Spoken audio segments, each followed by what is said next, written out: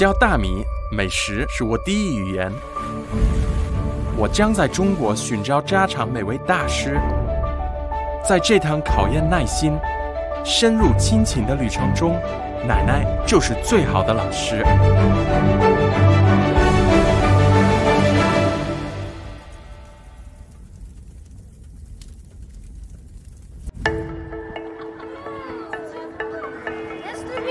Nice to meet you 。这一次，我从成都来到了丹巴县，因为我听说从这里可以去一个被誉为中国最美丽乡村的中路藏寨，在那里有我没有学过的藏族美食。问题是，我要怎么去？爬山吧。爬山？啊，我这可沉了。坐面包车吧。面包车？什么样的面包车？这个绿颜色的。你好，你们去那个中路乡吗？不去啊？怎么去啊？有车啊？是这样的车吗？好，谢谢啊。就是想要这样的车啊。去哪里啊？你也去中路啊？你好，师傅，你去那个中路吗？对。去啊。哎，那个他去中路啊？对，这个是太高了。中路远吗？半个小时。半个小时就到。哇，这按摩有点狠。我肚子不舒服。寻找美食所付出的代价。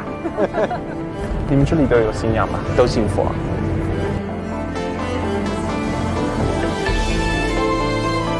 ？88座千年碉楼，600座藏式民居，中路藏寨在藏语中是美好的、向往的地方。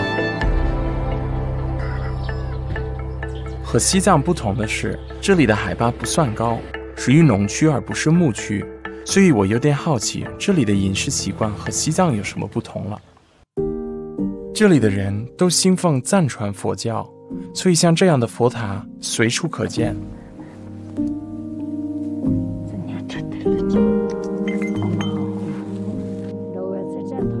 很幸运在佛塔这里遇到了一位奶奶，不过她走起路来好像不太方便。你好。你好。我叫大米。你是住这里吗？我住。所以你每天都这样走路？就是。累不累啊？有点累哦。那我可以陪你吗？可以。是上面疼还是下面疼？这一头。什么发生了？绊到了。你绊倒了？转到了就吐，一点点不是，不转不是。那你到冬天的时候，你都吃什么呀？鸭窝。鸭窝是什么呀？豆子头肉切了就一头装嘛。就有这里有啊？有。那你能教我吗？可以教吧？哇，你的家好大呀！藏族的风格吗？那个猪肉在这儿吗？今天他们家2个猪杀了3个。是吗？他们家去取。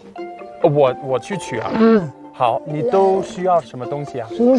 瘦肉。肠子有。肠子好。血。香子头。好，我帮你去取啊。原来奶奶的儿媳妇的哥哥家有肉可以直接拿，我已经迫不及待，马上学做新的美食了。哪一位是哈米呀？你好，我是哈米。你好，哈米。我以为都是已经切好了，我就过去找屠夫，然后就拿那个肉，就回去了，就完事儿了。其实实际上不是这样，这个猪还没有被杀了。每年12月份是杀猪的最好时间，0度以下的气温有利于肉的保存，虫子也最少，新鲜的猪肉可以晾晒到第2年的春天。我16、17岁就开始当屠夫，这个村没有了，就我一个。人家不想当屠夫吗？都不想当了，他这是生命的嘛。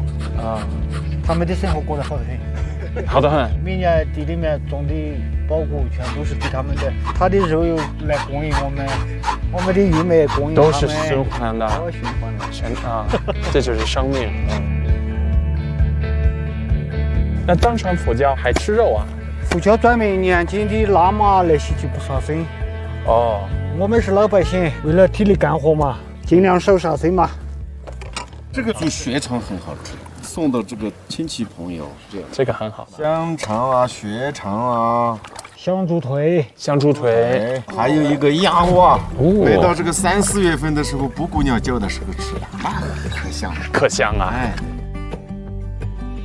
奶奶哎，谢谢喽，都拿好了啊！哦，哦谢谢喽，哦，我们现在要做什么？鸭窝子嘛，好，这是我最想学的。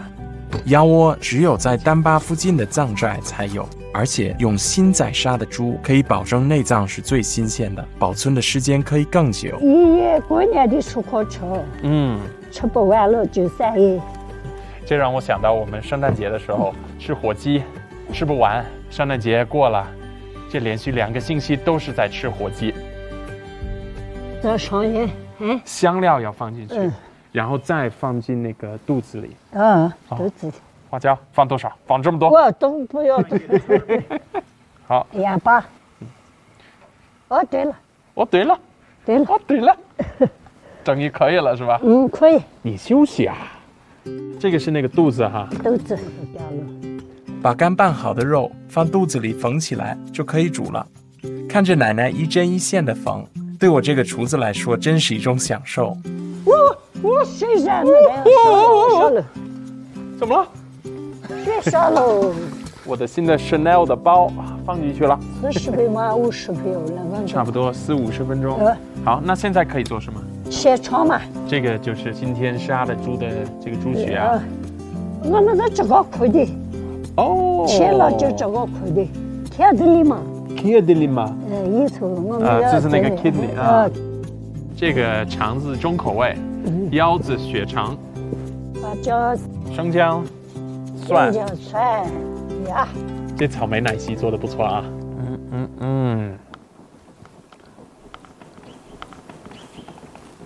No。世界各地都有不同的管法，但我不知道奶奶有什么技巧可以学的。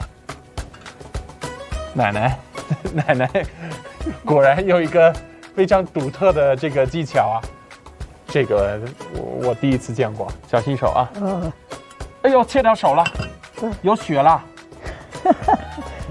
我们的血肠已经刮好了，现在可以煮了。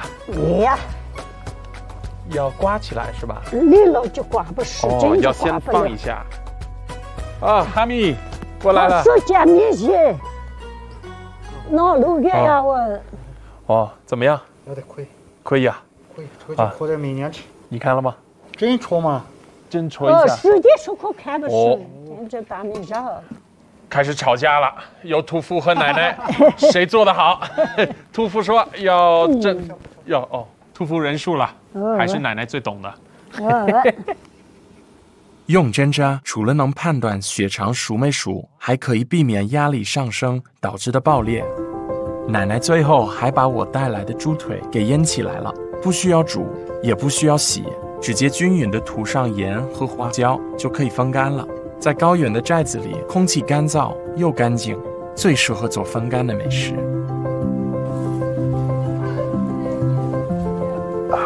好了，都刮好了，这个明年就可以吃了。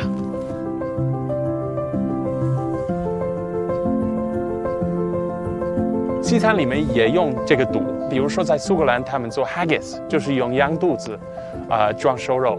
还有我在德国学了一个叫 Salmagen， 用牛肚装瘦肉。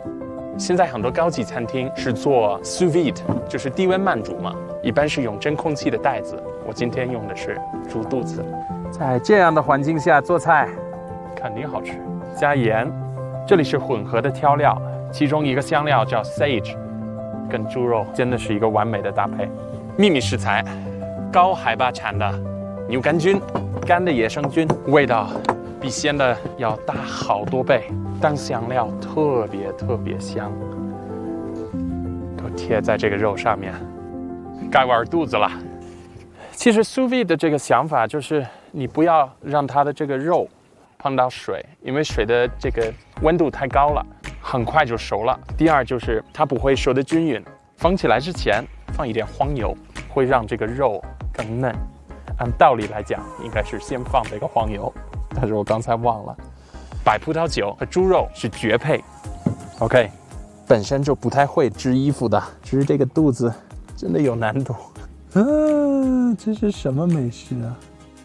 我锅里面放的是高汤，煮出来更香。平时在西餐里面吃的一大块肉，配一些比如说土豆啊、胡萝卜呀、红薯还有紫薯啊，我想用法式的一种切法，叫 turning， 要从下面这个弧度切，然后到这个角度，所以是这样的一个动作，主要是因为好看。尽量让它的大小都一样，煮的时间一致的。这里面是那个白葡萄酒和黄油混合起来的一个汁儿，到最后用。肚子还是有点小，所以我把里脊肉放进去的时候，只能叠起来，里面还是生的。没关系，我本来就想现在煎。现在可以闻到这个调料的味道，还有那个牛肝菌，哇，我现在有信心了。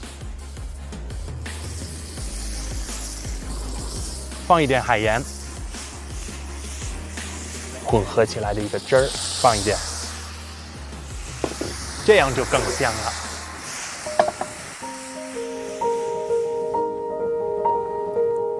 这是我的法式藏寨里脊肉。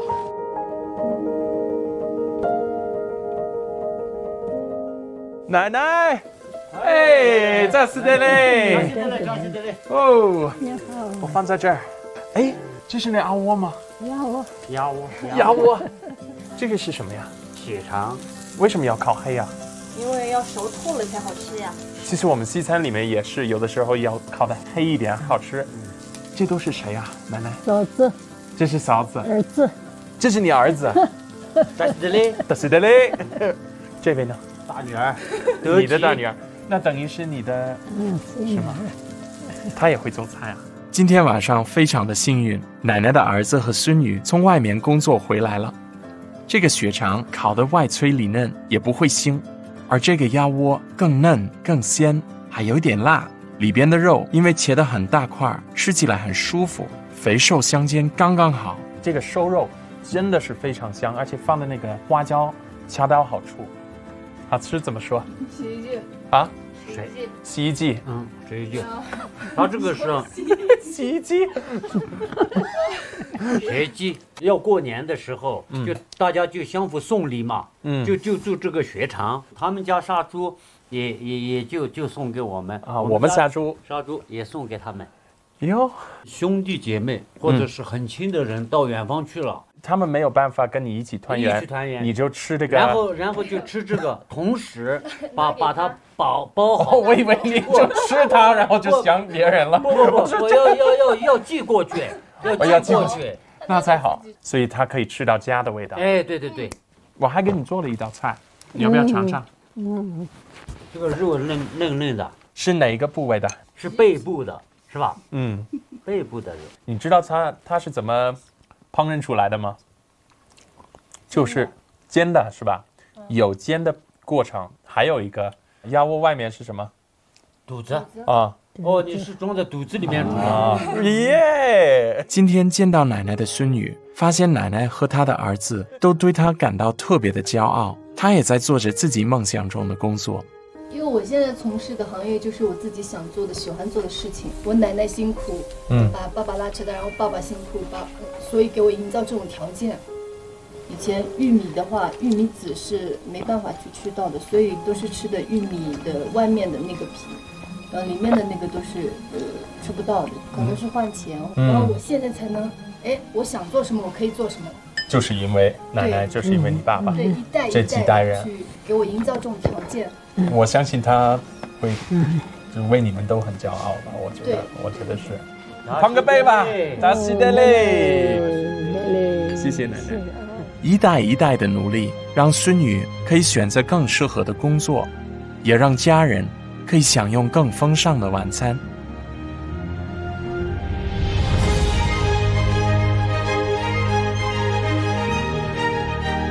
我也是更加期待明天能找到新的美食、新的奶奶、新的故事。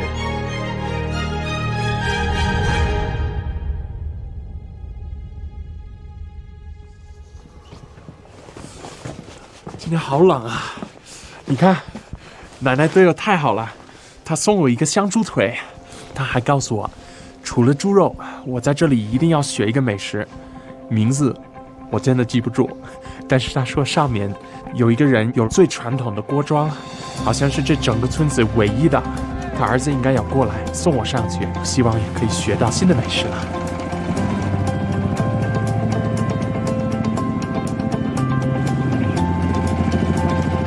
这里吗？好，开个3分钟就到了戈马初奶奶的家，她家的位置要更高一些。这是的嘞，感谢的嘞。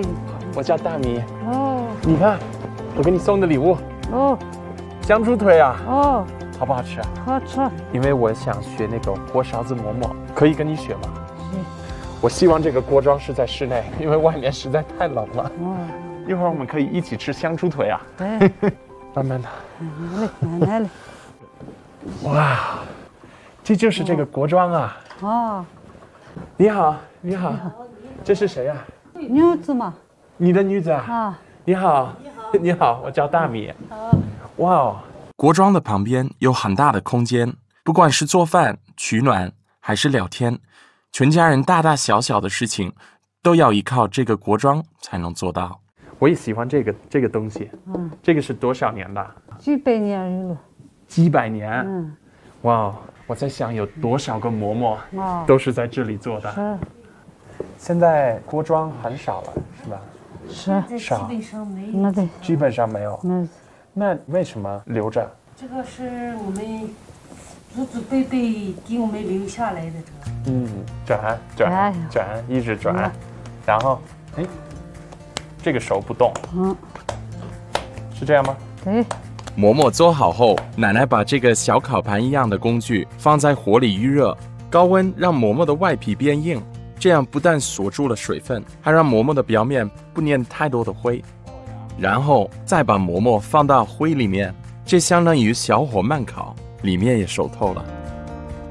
你不怕吃那个灰吗？不怕。你们平时配什么吃的？香猪腿吃吗？啊，香猪腿啊。啊，是酥油炒，是淡水。就是沾那个馍馍，就沾着吃。流眼泪了。我被这个馍馍感动了。来，盖上盖子吧。奶奶说馍馍烤的时候我要去挤奶，然后我们可以喝酥油茶，在这里挤一下奶，在这里下挤一下奶，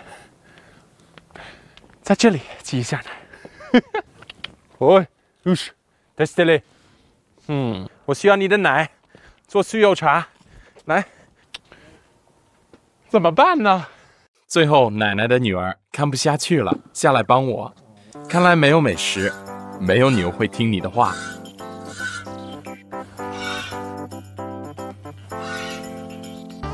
好，你看，有牛奶了，很香，很新鲜。谢谢你啊！哎，有奶了。这个是什么呀？打酥油茶的。先放清茶，酥油。这个是糌粑。哦，糌粑，我之前学过。牛奶。哎，我亲自记的牛奶哈，好。盐。再倒一点清茶。就可以打了。哇！哎呦，到下面我10分钟。不停的打。哇！这是用木头做的，打出来的茶可以很香吧？你喝过马奶酒吗？没有，也是这样打出来的，要打20分钟、30分钟，一直打。不好意思。馍馍好了吗？好了。这个声音就是有点空的那种声音，是说明烤好了。你为什么不是这样吹呀？而是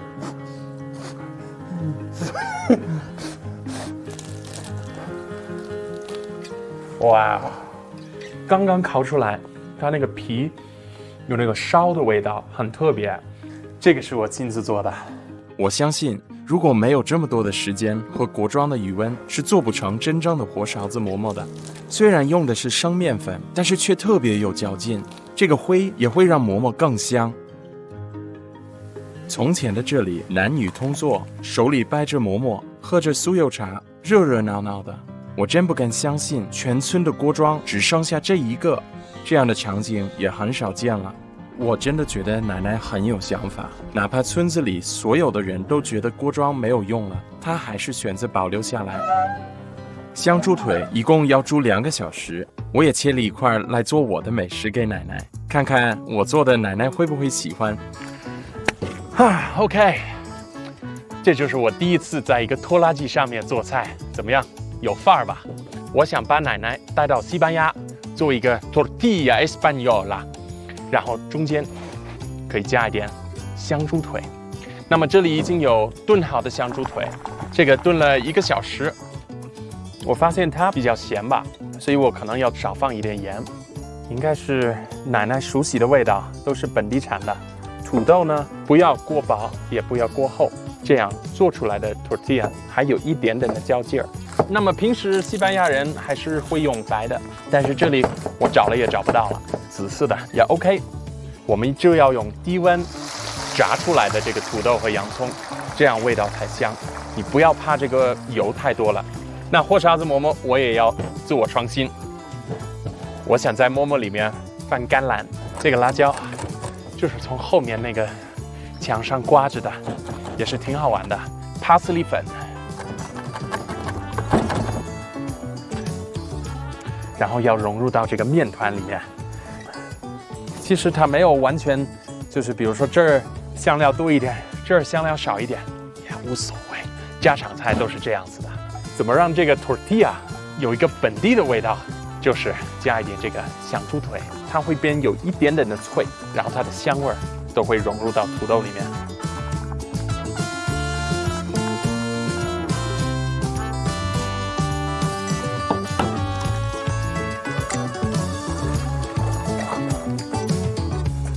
放10分钟就可以煎了。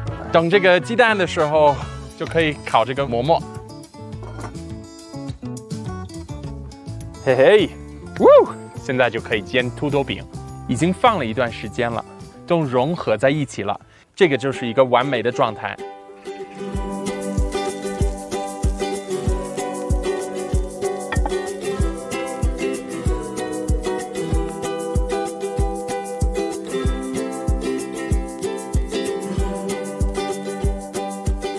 我要把这个 tortilla 和馍馍带到奶奶家做一个 brunch。我们做的这个香猪腿，虽然是阿冲奶奶之前才晾了不到1个月的，香料就已经完全融入到肉里了，肉质紧实又不硬，香而不腻。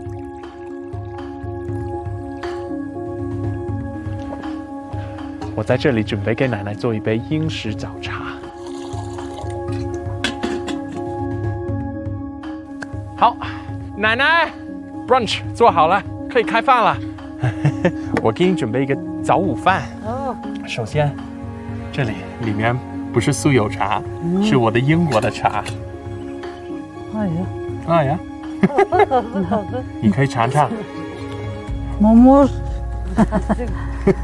奶奶笑了，她觉得这个做的有点软，是吧？说啥个？现在。奶奶说什么？好吃。没事，你别骗我。他真的说了什么？吃不来这个味道。哦，那么我相信这个会吸引奶奶，全部都是本地的食材。奶奶她也明天肯定会跟她朋友都说：“哎呦，这老外来的给我做什么馍馍？这是。”我看到她那么喜欢 tortilla， 我就没那么难过了。这个是好吃了。这个是好吃的。那个。好，我就喜欢奶奶这样，因为这是高手。给高手做菜，有的时候是没有办法。这个没有面粉吗？没有面粉，没有面粉。好吃，好吃。这个我相信这里的人都会喜欢的吧？会喜欢。你有2个孩子对吧？是的。那你2个孩子也用锅庄吗？用。他们有孩子吗？有。哇，那等于有4代人。过年回来过。几个人？ 10几个。10几个都围绕那个锅庄。是的，热了。那我希望你们也可以一直传承下去啊！我也尽量把我今天学到的东西，我也可以传给别人。家人聚在一起，像现代烧烤一样围着锅庄享用美食，我觉得这可能就是奶奶传承锅庄的原因。在快节奏的发展当中，仍然有人保留一些值得学的传统文化，这样我们才能看见过去的样子，看见未来的样子，这是非常难得的。这也是为什么我喜欢这样的美食之旅，我现在更加期待下一次的旅行了。